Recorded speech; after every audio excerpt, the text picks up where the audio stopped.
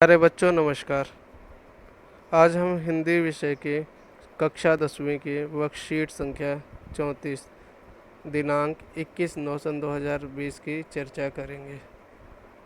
पाठ का नाम है मानवीय करुणा की दिव्य चमक।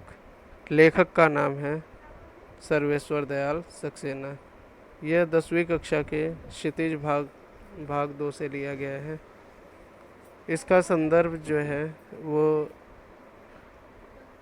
फादर कामिल बुल्के के ऊपर आधारित है। यह एक संस्मरण है। संस्मरण हिंदी साहित्य की एक विधा है जब लेखक या कोई व्यक्ति किसी विशेष व्यक्ति के पुराने दृश्यों को, पुराने बातों को स्मरण करके उसे लिखता है या साहित्य का एक सृजन करता है तो उसे संस्मरण कहते हैं। सर्वेश्वर दयाल सक्सेना ने भी फादर के बीती हुई कुछ घटनाओं को याद करते हुए यह संस्मरण लिखा है। बच्चों, मानवीय करुणा की दिव्य चमक पाठ सर्वेश्वर दयाल सक्सेना जी द्वारा लिखित है। यह एक संस्मरण है। संस्मरण स्मृति अथवा याददाश्त पर आधारित लेखन होता है जिसमें लेखक अपनी स्मृतियों यानी यादों के आधार पर किसी व्यक्ति अथवा घटना का वर्णन करता है और इसके माध्यम से वह व्यक्ति या घटना हमारे सामने चित्र की भांति साकार हो जाता है।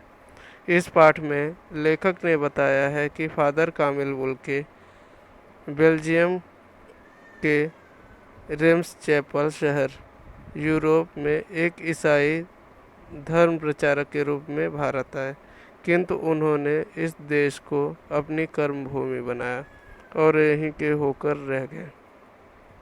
फादर कामिल बुल्के ने हिंदी भाषा के विकास और प्रचार प्रसार में बहुत महत्वपूर्ण योगदान दिया।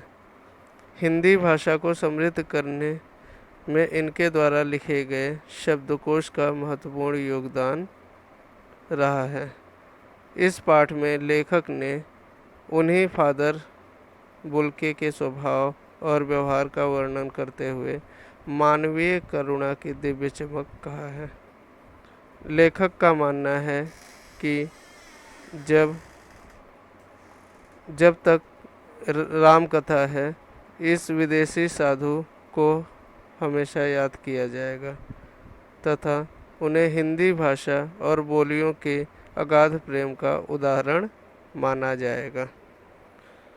प्यारे बच्चों, इस संस्मरण पे आधारित कुछ प्रश्न नीचे दिए गए हैं।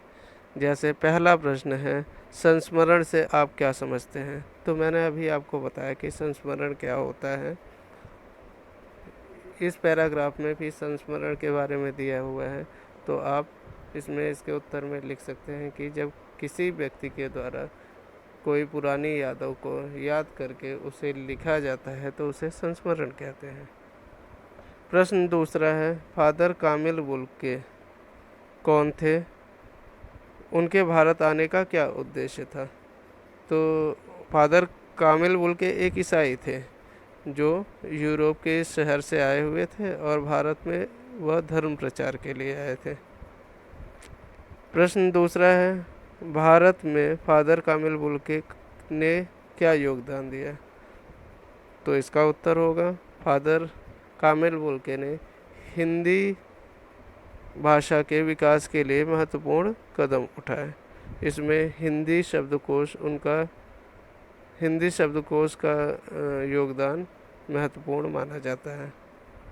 अगला प्रश्न है, यह गतिविधि आधारित है। चौथा प्रश्न, आपके जीवन में भी कोई ऐसा व्यक्ति आया होगा जिन्हें आप याद करके खुशी महसूस करते हैं, उनके बारे में अपना संस्मरण लिखिए। बच्चों, यह प्रश्न आपके ऊपर आप कर सकते हैं। वैसे प्रश्नों को तो सभी प्रश्नों को आपके द्वारा ही किया जाना था, लेकिन मैंने आपकी हेल्प के लिए एक छोटा सा प्रयास किया है। चौथे प्रश्न का उत्तर आप स्वयं देंगे।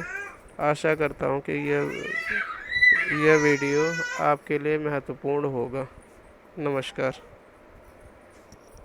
यह